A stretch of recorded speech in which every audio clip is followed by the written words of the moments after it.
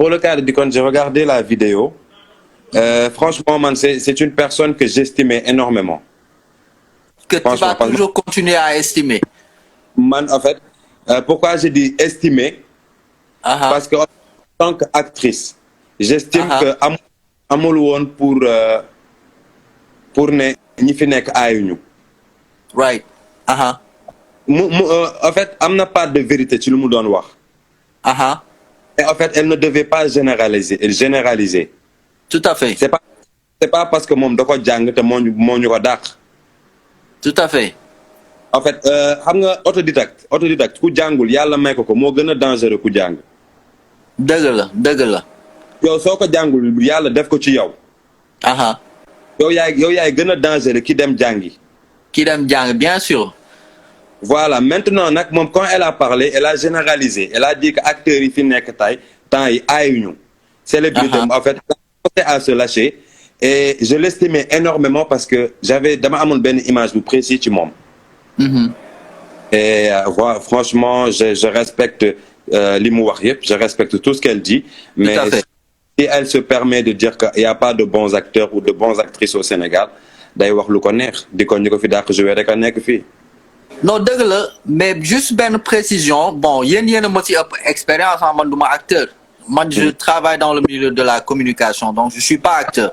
Mais bon on peut dire que bon am naa ci tuuti expérience moom mun a joxe parce que j'ai eu à travailler à Dakar si yenn structure yu mag foofu noonu def nañu événementiel et tout mais en fait théâtre moom bon je pense qu'elle est beaucoup plus théâtre yéen en fait li ngeen di def on peut dire que film la quoi.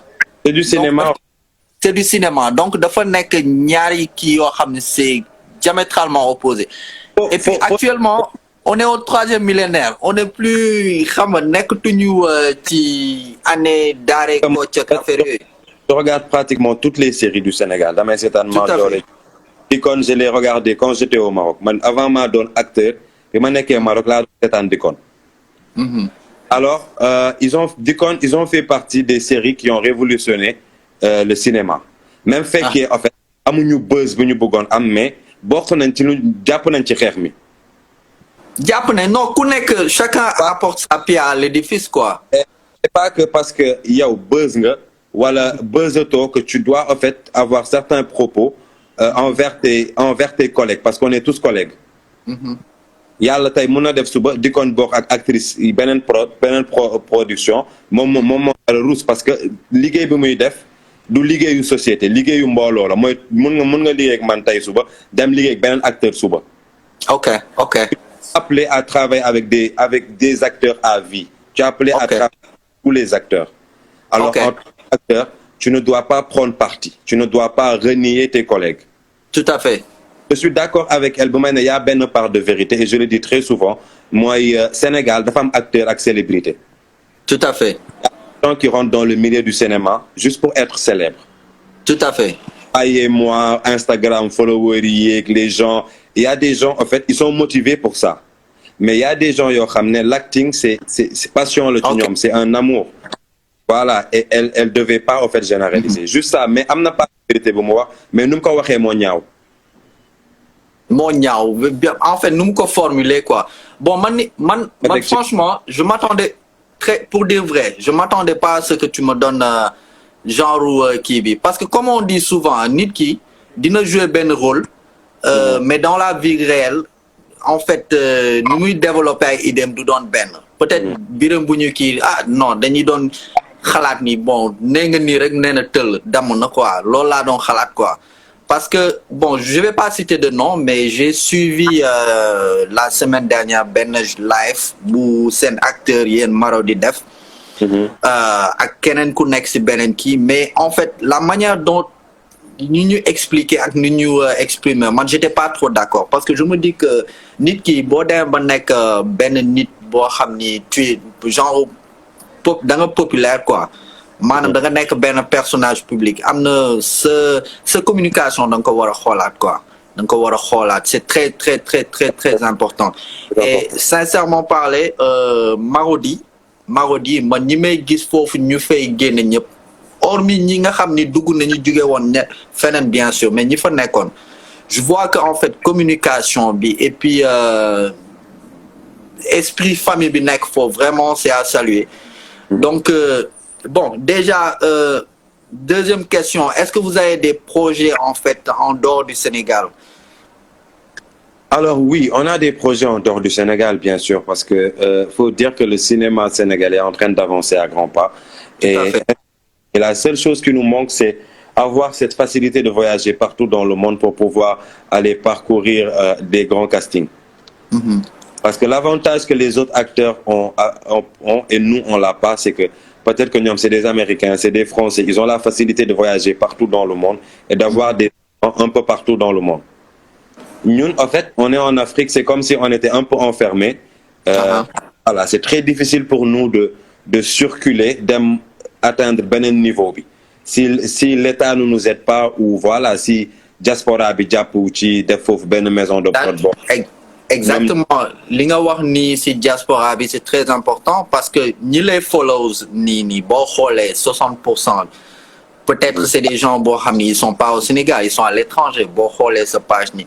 Donc ce serait bien déjà ngeen jëm créer ben link par exemple tay ñi dugg ni xam nga gis naa fi ay Californie gis naa fi ay xam nga yeneen state mais peut-être ak genre link yooyu noonu mun na leen kenn xamul quoi yàlla rek moo xam tu vois. En fait acting bi Sénégal comme tout à l'heure rek li ma doon wax en fait il faut qu'on fasse ñu def la part des choses entre acteur ak célébrité ak ki ngay wax personnage public parce que l'acting c'est un bout liggéey la da ngay yeew liggéey nit ñëpp wàccaat sa kër fàtte le tournage seule différence bu ñu am ak beneen liggéey mooy ñun duñuy feeñ te yeneen liggéey duñu feeñ. Et on est dans un pays au Sénégal yoo xam ne ni les gens ne se concentrent pas trop sur carrière ou acteur bi. Ils se concentrent juste acteur bi ci tàng bi. te man dama jàpp bu ñu pousse ba mu nekk international c'est le Sénégal qui gagne parce que suñ ko Sénégal lay ñëw tabax këram xaalis bi Sénégal la ko nar a def il va créer de l'emploi. Alors ci benn part état bi mun nañ ci jàppale ci beneen part tamit je trouve que diaspora bi tamit mun na ci jàpp après et loolu foog ñu waxtaan ci. Mais bien sûr parce que je ne te cache pas fii am na gars yi surtout ñi nekk côté New York yi ñuy def genre ay téléfilm comme yi ngeen di def nii. Donc il y avait des gens yoo xam ni il y a 2 ou 3 ans doon nañ ko def Lifetime benn série ni xaw ma ndax mos nga ko seetaan. mooy New York. New York yeah. si seetaan naa boobu j'ai tout regardé. Non mais série boobu c'était bien fait et tout donc peut-être dañu amul juste continuité et tout mais bu ñu jëloon par exemple des gens comme vous ñi nga xam ne am nañu expérience parce que vous êtes beaucoup plus expérimenté quoi ñi fi nekk ñoom xaalis bi nañu gën a gis bi nañu gën a gis xam nga amuñu temps dañuy ñëw peut-être tourner vite fait mu jàll quoi mais bon man bëggoon naa bon du ma ne sax bëggoon naa parce que bon mais c'est juste que nekk sénégalais am amour pour sama dëgg bëgg sama vraiment sama waa réew xam nga egg benn niveau quoi yaa ngi comprendre donc boo leen kii woon ay link xool ay par exemple ay promoteurs yu nekk fii bëri nañ fi promoteurs yi bëri nañ fi ay promoteurs yu nekk ay New York ay kii si yeneen states yi jëm leen link et puis voilà yàlla baax na quoi xéwal mun na génn vraiment. Inch'Allah je vois gis naa fi ay Sénégal ay acteurs ak ay actrices yu baax on a de très bons acteurs au Sénégal Roger bi nekk Pod et Marichou c'est un super bon acteur Babacar Wali Chérif Mal Babacar Wali c'est le meilleur acteur bon. Man pour moi c'est le meilleur acteur du Sénégal c'est pas pour dire ni mais c'est le meilleur acteur du Sénégal te kooku il mérite d'être un acteur international genre acteur yooyu noonu la diaspora bi mun a jàppale kenn su nekk comme par exemple États-Unis wala kenn ku nekk France jël ay archive am dem ci benn maison de prod proposer leen acteur bi. mais pourquoi pas. nekk même agent wam foofu noonu mais en fait il est temps que les Sénégalais de la diaspora valorisent les acteurs qui sont au Sénégal pour donner de la force en fait et ça doit commencer par les plus grands acteurs du Sénégal d'après moi. mais loolu lu mu nekk la. non you know yow dañu link ci suuf quoi. dañu link ci suuf idée yaa ngi fii donc dinaa ci kii ak Nafi quoi yàlla baax na ñun instant ni corona bi rek moo ñu fi téye nii si dëkk bi. léegi mu dem yàgg. waaw bu affaire bi kiiwee rek yàlla baax na quoi yàlla baax na. de toute façon di leen souhaiter di leen ñaanal bonne continuation. yàlla teg loxo si li ngeen di liggéey vraiment yëkkati leen fu kawe quoi. nga souhaiter ma bonne chance aussi à seen équipe bi yëpp quoi. yéen a ci jàpp. jaajëf grand nekkal si jàmm rek.